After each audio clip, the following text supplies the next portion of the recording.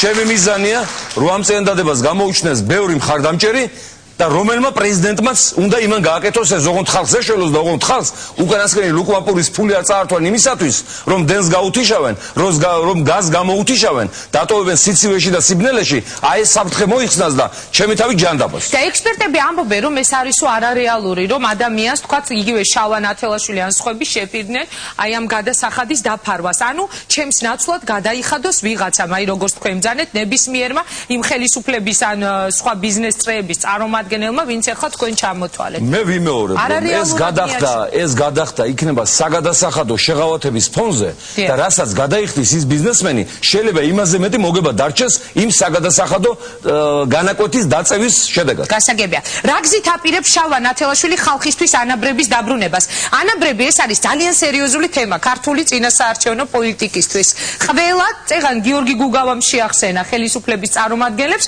თქვენი გუნდიცო ამ დაპირებას იძლეოდა ანაბრების თაობაზეო მითხარით კონკრეტულად ასევე გაძლევთ 2 წუთს როგორ აპირებს შალვა ნათელაშვილი დააბრუნოს ანაბრები ყველა სახსოვს ფართოდ გაცინებული მიხეილ სააკაშვილი პლაკატზე წარწერით დავებრუნოთ ანაბრები ასე რომ ჩემი გუნდის წევრებმა სავსებით სამართლიანად შეახსენეს მისი გუნდის წევრებს აი ამ დაპირების შეუსრულებლობა და ძიმე შედეგები აქედან გამომდინარე ჩვენ გვაქვს კანონპროექტი რომლის პრეზენტაცია უკვე გაკეთდა რომელსაც გადახედეს ექსპერტებმა და რომელიც არის შესრულებადი იგი ითვალისწინებს ანაბრების გადაანგარიშება სამართლიან კურსზე და არა კუპონებზე რამდენი დოლარიც იყო მაშინ მანეთი აიმდენი ლარის დაბრუნებას უკან და ამ დაბრუნების დაწყებას ყველაზე ასაკიანი ადამიანებიდან პირველ ეტაპზე ჩვენი ხელით ოჯახებში მიუტანთ მიანაბრებს რომელთა ასაკია 80-დან 100 წლამდე მე გავყვებით 70-დან 80-მდე 60-დან 70-მდე 50-დან 60-მდე და ქვევით და შემდგომ გადავალთ მათ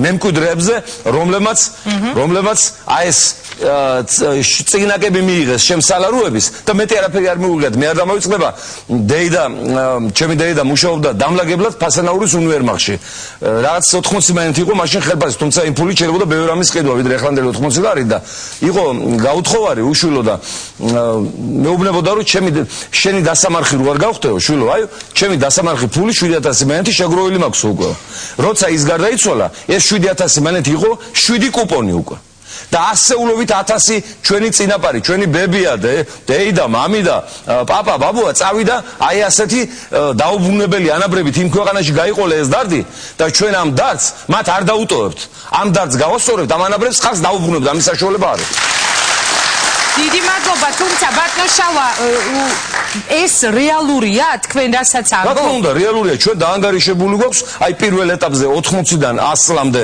ადამიანებს რომ დაუბრუნოთ ანაბრები დაანგარიშებულია უნდა 120 მილიონი ლარი ის ვინც სახეზია კიდე ღმერთმა კარგად ამყოფოთ 120 მილიონი ლარი უნდა და იმ ფონზე როდესაც აგერ ბატონმა გაგა მოგახსენათ ხელისუფლება მარტო მივლინებებზე ერთ კვირაში ხარჯავს 13 მილიონს გასაკეთებენ 13 მილიონი. დადიან, აგერ ეს ბატონები აქ რო ყავდათ, დაბრძანდებიან მთელ მსოფლიოს ვასკო და გამასავითა და კოლუმბივით უვლიან, თანაც მოგზაურობენ. ისინი ამბობენ, რომ ეს არასერიოზულიაო, ხელისუფლება. რა, არასერიოზულია, ამოვწიოთ ამათი ბილეთის ქვითრები, ასლები, ავიაკომპანიებიდან და თქვენ ახალთ რომ მათი დიდი უმრავლესობა არ კადრულობს სპეციალურ ეკონომ კლასში დაჯდომას უკანა რიგებში, იღებენ ბიზნეს კლასს, რომელიც ღირს 10 ჯერ მეტი ვიდრე ეკონომ კლასი, თითქოს ის წინა ნაწილი უფრო ადრე ჩაფრინდება ვიდრე უკანა ნაწილი. კარგი. აი ამ ფსიქოლოგიის გავრება ყავს სააკაშვილის მეთაურობით, რომელმაც ასევე იყიდა 50 მილიონ დოლარად ღირებული თვითმფრინავი ჩელენჯერი ჩვენი ბიუჯეტიდან, ჩვენი ანაბრებიდან, ეს იმ დროს, როდესაც მეგობრებო მიაქციეთ ყურადღება, დიდი ბრიტანეთის პრემიერ-მინისტრი ბატონი გორდონ ბრაუნი დადის ვიზიტებში ჩვეულებრივი სარიესო თვითმფრინავით. ერთი კითხვა კიდევ და შემდეგ მე გადავალ უკვე დარბაზთან. დათო ტყეშელაშვილის კითხე და თქვენ რაღაცაზე რაზეც გსურთ გაცემა პასუხის ბოლოს ერთად გაგვეცით.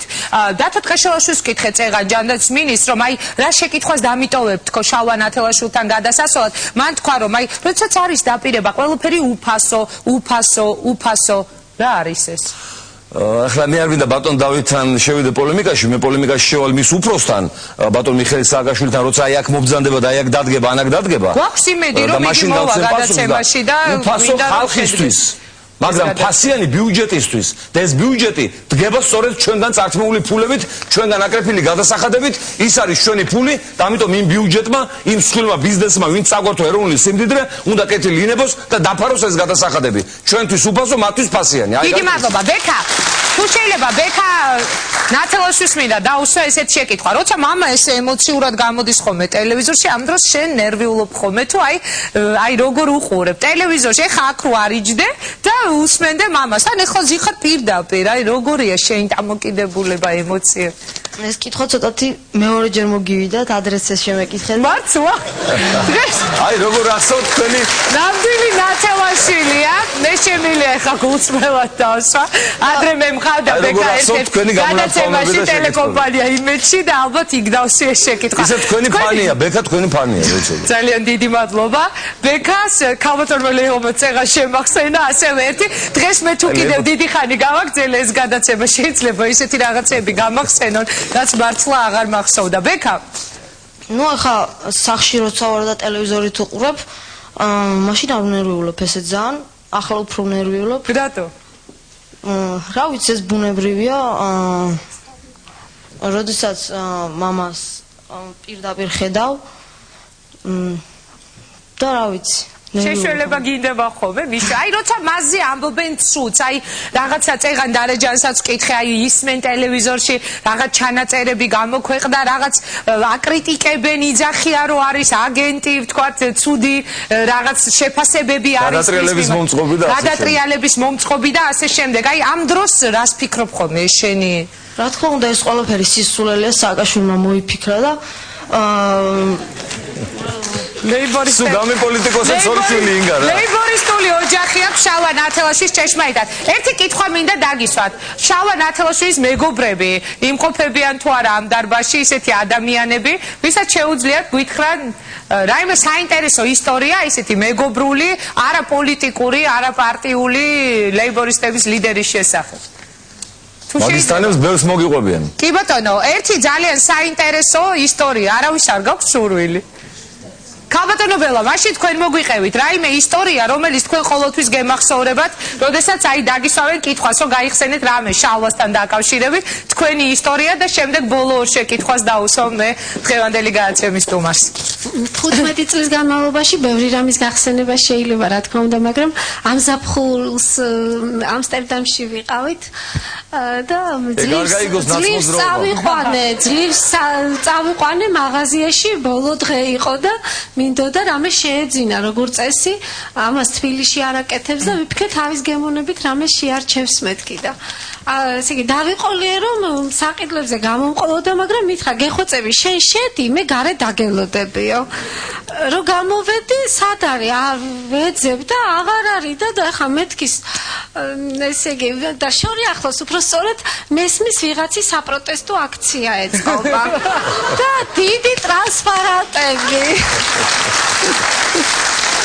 ამსტერდამის საპროტესტო აქციაში. ვიფიქრე, აქაც თუ ლეიბორისტები არიან, იმიტომ რომ ეხლა სტრასბურგში ვიყავი, ქვეყანა იქცეოდა. ზოგადად ათენშიც ქვეყანა იქცევა, იქ გერმანიაში ხალხი უკვე ჯანყია და ბუნტია და მეთქი ეხლა ამსტერდამშიც თუ ქართველები ჩხუბობენ და გავიხედე, ნუ ამსტერდამის მოსახლეობა რაღაცას აპროტესტებდა და სხვათა შორის ჰოლანდიის ლეიბორისტული პარტიის მიტინგი იყო იქ. მიტინგი იყო და გავიხედე ნათელაშვილი რა ლეიბორისტი იქნებოდა, იქ რო არ აღმომეჩინა, მივედი სახე დაბადრული, ესე იგი დგას საკმაოდ ამაყი, რომ ხარში უდგას ჰოლანდიელ ღარიბებს, ანუ ჰოლანდიის მოსახლეობას. ძალიან საინტერესო, აი ასეთი არის ლეიბორისტების ლიდერი და მე მინდა ბოლო შეკითხვა ამათი კითხვიდან, ბატონო შალვა. გაპრეზიდენტების შემთხვევაში როგორ ითანამშრომლებთო თქვენს ოპონენტებთან, ეს არის საინტერესო, მიპასუხეთ და სულ ბოლო შემდეგ. იგივე მიხეილ სააკაშვილთან, იგივე დღევანდელი ხელისუფლების გუნდთან, აი იმ სახელებთან და გვარებთან, ვინც ჩამოთვალე. მე მინდა მთელი პასუხისმგებლობით მოგახსენოთ, რომ ჩვენ არ ვაპირებთ რეპრესიების დაწყებას, სახელმწიფო აპარატის გაწმენდას, ხალხის უმუშევრად დატოვებას, ოჯახების გამწარებას, შეიცვლება ხელისუფლების ზედა ეშელონში 20-25 კაცი. რომლებმაც დაღუპეს ქვეყანა, წაიღეს ჩვენი სიმდიდრე და მე მათთან არ ვაპირებ არანაირ ოპონირებას, მათთან ოპონირება გააკეთოს კანონმა თავისუფალი სასამართლოს მეშვეობით, რომელიც არ დაემორჩილება არც ჩემს გადაწყვეტილებას, არც სხვა არავის მითითებებს კანონის, მორალის და ზნეობის გარდა. ძალიან დიდი მადლობა.